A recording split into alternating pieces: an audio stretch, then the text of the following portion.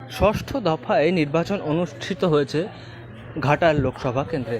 আর এই ঘাটাল লোকসভা কেন্দ্রটি ছিল রাজ্যের অন্যতম নজরকাড়া কেন্দ্র, কারণ এখানে লড়াই ছিল দুই তারকা অভিনেতা প্রার্থীর, একজন তৃণমূলের দীপক অধিকারী, অন্যজন বিজেপি প্রার্থী হিরণময় চ্যাটার্জি। আর এদিন নিজের লোকসভা কেন্দ্রে কার্যত চরকি পাকের মতো ঘুরতে দেখা গিয়েছে তৃণমূল প্রার্থী দীপক অধিকারীকে।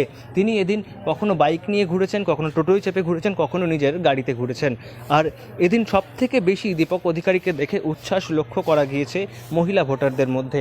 নতুন ভোটার থেকে শুরু করে বয়স্ক মহিলা ভোটার সকলেই দেবকে কাছে চোখের সামনে দেখতে পেয়ে তার দিকে এগিয়ে গিয়েছেন, তার সঙ্গে ছবি তোলার আবদার জানিয়েছেন, আর সেই আবদার রেখেছেন তারকা প্রার্থী।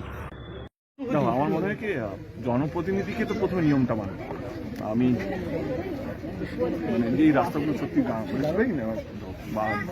বাংলা ভারতবর্ষের অন্তত এতটাই শক্ত। গ্রামে গ্রামে ইলেকশনটা হচ্ছে, মানে যেখানে আমরা দেখেছি ফুটেজগুলোকে পাহাড় চড়ে কেউ যাচ্ছে, মাঠে হয়েছে। তো আমরা এই রাস্তা দিয়ে বড় গাড়ি আসার কথা, সেখানে টোটো আজকে সমস্ত রাস্তা। আমার বাইকটা তো আমরা জোগাড় করলাম, ইট ওয়াজ নট প্ল্যান কে বাইক, তো সবারই বাইক পেলাম এবং আমি ওই নিয়মটা ভেঙে যেতে পারবো আজকের দিনে যে হেলমেট ছাড়া আমি যাবো। কারণ আমি এছাড়াও এদিন ঘাটাল লোকসভা কেন্দ্রের বিভিন্ন চমকদার ভঙ্গিমায় দেখা গিয়েছে দীপক অধিকারীকে। উল্লেখ্য, এদিন সকাল 7টা বাজার আগে থেকেই লোকসভা কেন্দ্রের বিভিন্ন বুথগুলিতে ভোটারদের লম্বা লাইন দেখা দেয় এবং সেই লাইনে যেমন পুরুষরা ছিলেন তেমনভাবেই এই নির্বাচন অনুষ্ঠানে অংশগ্রহণ করতে দেখা গিয়েছে মহিলাদের। তারা স্বতঃস্ফূর্তভাবে এই নির্বাচন পর্বে অংশগ্রহণ করেছেন এবং যারা নতুন ভোটার তাদের মধ্যে এই ভোট দেওয়াকে কেন্দ্র করে ব্যাপক উচ্ছ্বাস লক্ষ্য করা গিয়েছে। পাশাপাশি এই তীব্র রোদ গরম উপেক্ষা করে ভোট গ্রহণে অংশগ্রহণ করতে দেখা গিয়েছে বিভিন্ন বয়স্ক মহিলাদের। পাশাপাশি বিভিন্ন যারা গৃহিণী রয়েছেন তারাও সকাল সকাল ভোট দিতে হাজির হয়েছিলেন এবং সকাল থেকে 9টার পর থেকেই বিভিন্ন বুথ পরিদর্শনে বেরিয়ে পড়েন তৃণমূলের তারকা প্রার্থী এবং তখন তিনি বিভিন্ন বুথে যখন যান তখনই তিনি তার ভক্তদের কাছে এগিয়ে যান।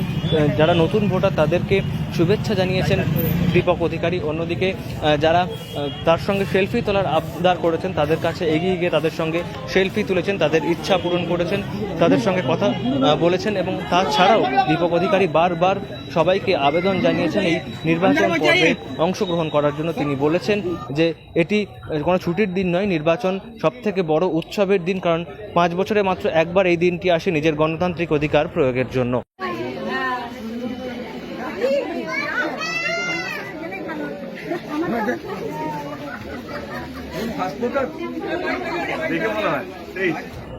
ঘাটাল থেকে নয়ন ঘোষের রিপোর্ট, লোকাল 18 বাংলা।